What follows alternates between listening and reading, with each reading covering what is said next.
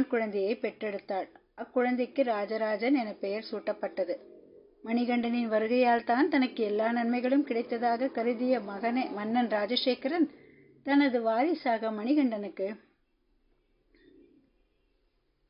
முடிசூட்ட நினைத்தார். செய்தி எல்லோருக்கும் தெரிவிக்கப்பட்டது. அடுத்த அரசனாக வர ஆசைப்பட்ட அமைச்சர் மட்டும் அதை விரும்பவில்லை. மணிகண்டனை எப்படியும் ஒழித்து கட்ட வேண்டும். அதற்காக பல வழிகளை மேற்கொண்டார். ஒருமுறை மணிகண்டனின் உணவில் விஷத்தையும் கலந்துவிட்டார். ஆனால் எல்லா கெடுதல்களிலிருந்தும் மணிகண்டன் எப்படியோ தப்பித்துக் கொண்டான். ஆனாலும் குணப்படுத்த முடியாத காயத்திற்கு உள்ளான மணிகண்டன் அந்நேரம் சிவபெருமான் மணிகண்டனை காப்பாற்றினார்.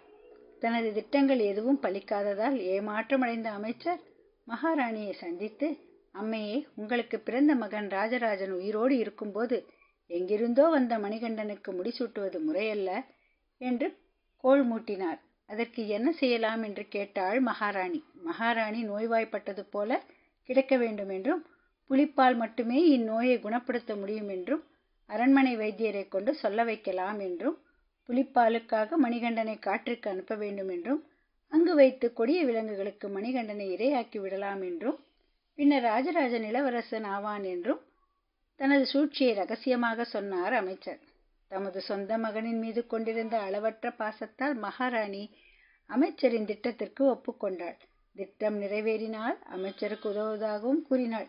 பின்னர் தனக்கு கடுமையாக தலைவலி ஏற்பட்டிருப்பதாகவும் மன்னரிடம் கூறினாள். அதை உண்மை என நம்பிய மன்னர் அரண்மனை வைத்தியர்களை அழைத்து மகாராணியின் தலைவலி நீங்க என்ன செய்யலாம் என்று கேட்டார்.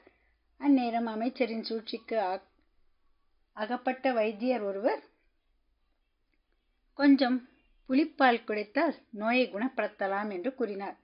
மகாராணியின் நோயை குணப்படுத்துவதற்காக தமது அரசாட்சியின் பாதியை வழங்குவதாக மன்னர் அறிவித்தார்.